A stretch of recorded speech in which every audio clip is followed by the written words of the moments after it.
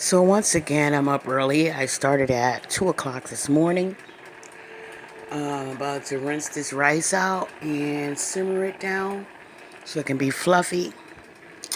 I got these greens and they're gonna be good.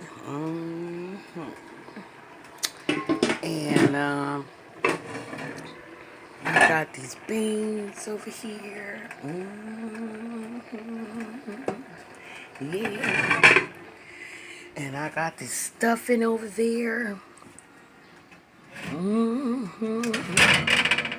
Stuffing. Yeah. And now I'm letting the heat out of this back door. Good thing the back door is right next to the oven. Doesn't matter about the air conditioner because what good is the air conditioner if the oven causes it to freeze and become so frozen you can't get any air. You be suffocating worse than when you're outside on a 90-degree day when an air conditioner that's frozen, when the heat from cooking is too much in the house.